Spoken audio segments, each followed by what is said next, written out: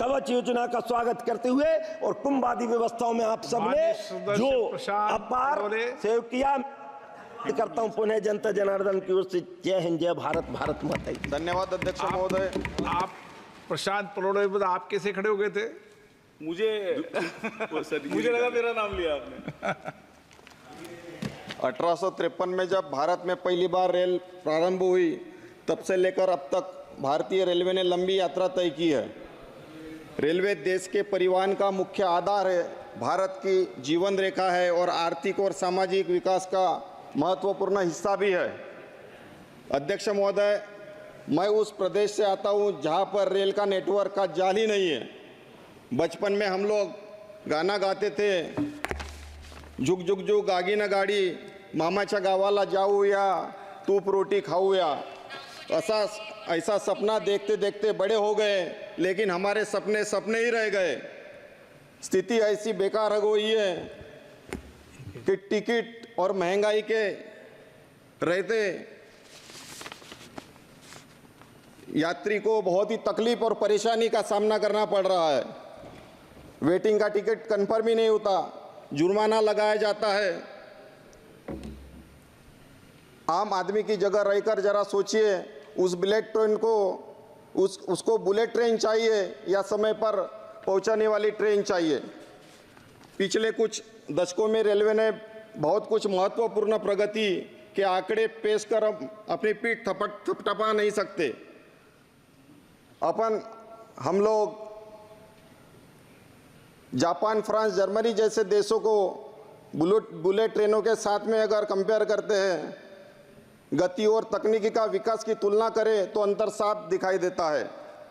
देश में bullet train की ज़रूरत है, लेकिन आप ही बताइए, इस प्रोजेक्ट पे होने वाला भारी खर्च की बजाय पहले हम मौजूदा रेलवे नेटवर्क को सुधार और अपडेट क्यों नहीं करते?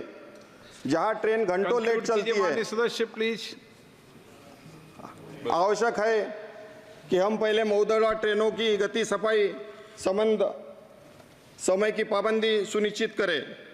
सुरक्षा कवच सिस्टम देने का वादा किया गया था कि दुर्घटनाएं नहीं होंगी, लेकिन हर बार ट्रेन पटरी से उतर जाती है, पता भी नहीं है कि सुरक्षा कवच सिस्टम का अमल में लाया गया या नहीं। सर मैडम स्पीच है सर। पहली बात तो मैडम स्पीच है तो पूरा जो बात सदन में एक बार आ गई उसको अध्यक्ष महोदय, आप अपनी बात कह दें। सरकार कहती है कि देश में रेल नेटवर्क बढ़ता जा रहा है, लेकिन मेरे लोकसभा क्षेत्र में ठीक इसका विपरीत हुआ है।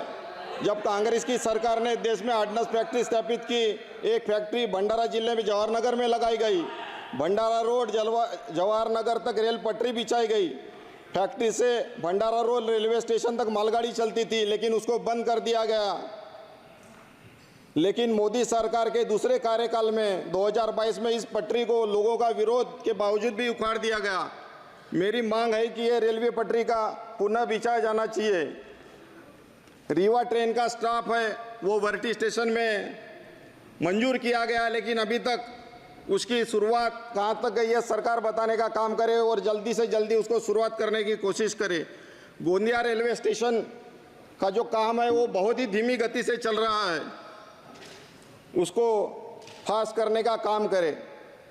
वर्टी रेलवे स्टेशन में आरओबी और आरयूबी का जो निकृष्ट दर्जे का काम किया है उसको भी सरकार ने जानना चाहिए और उसको भी अच्छे से काम करने का कोशिश करना चाहिए। मैं एक बात करना चाहूँगा, राष्ट्रपति जी का भाषण रहे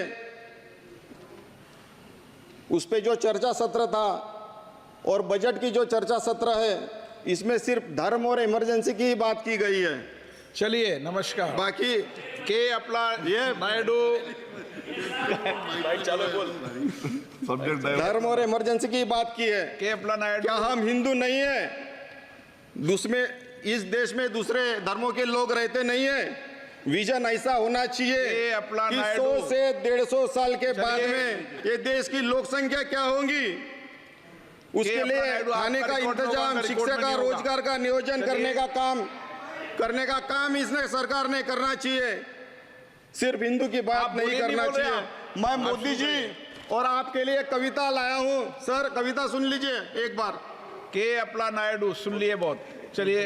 रुद्राक्ष की माला में भी मैं हूँ, कृपान कटार और भाले में मैं हूँ, श्वेत और शुद्ध भी मैं हूँ, विरुद्ध भी मैं तो युद्ध भी मैं हूँ, इतिहास के भय आंसू और खून भी मैं हूँ, अब जो कह दे बीते के धरती का सुकून भी मैं हूँ, इस धरती का मैं केंद्र बिंदु हूँ, प्रणाम मैं हिंदू हूँ, चिंता की अग्नि गंगा का पानी कब्र की मिट्टी और लोबान भी मैं। ఆంధ్రప్రదేశ్ నుంచి మాకు కొత్తగా ఎన్నికైన మా అందరికి